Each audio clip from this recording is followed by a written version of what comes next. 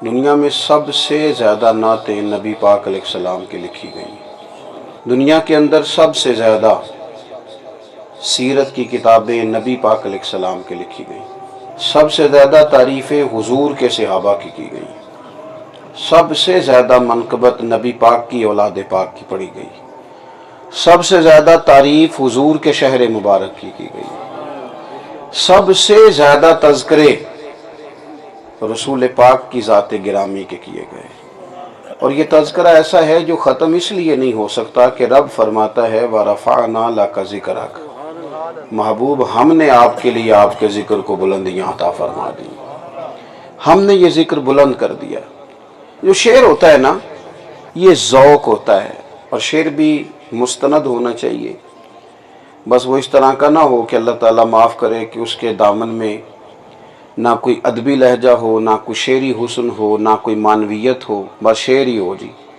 کچھ لفظ بعدوں کا جوڑ لیے جاتے ہیں لیکن ان کا کوئی مفہوم نہیں ہوتا۔ محبوب کے لیے شعر کہا جائے تو پھر شعر بھی ذرا خوبصورت ہونا چاہیے، لیکن شرط یہ ہے کہ شعر کہنے والا ایسا شخص ہو جو اس کے رموز سے تھوڑا سا آگاہ ہو۔ میں نے ایک نعت شریف کچھ دن پہلے پڑھی کسی کی، مجھے ذرا اچھی لگی، میں نے کہا میں آپ کو سناؤں۔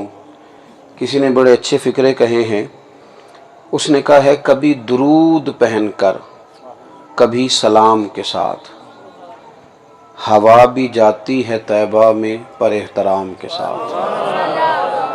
کبھی درود پہن کر کبھی سلام کے ساتھ، ہوا بھی جاتی ہے طیبہ میں مگر احترام کے ساتھ، یہ ایک بات ہی کافی ہے اپنی بخشش کو، یہ ایک بات ہی کافی ہے اپنی بخشش کو، ہمارا نام جڑا ہے نبی کے نام کے ساتھ۔ نبی کریم کا امتی ہمیں کہا جاتا ہے، حضور کے غلام کہلاتے ہیں۔ یہ ایک بات ہی کافی ہے اپنی بخشش کو کہ ہمارا نام جڑا ہے نبی کے نام کے ساتھ۔ اب اس میں کون سی بدعت ہے مجھ کو سمجھاؤ، اب اس میں کون سی بدعت ہے مجھ کو سمجھاؤ۔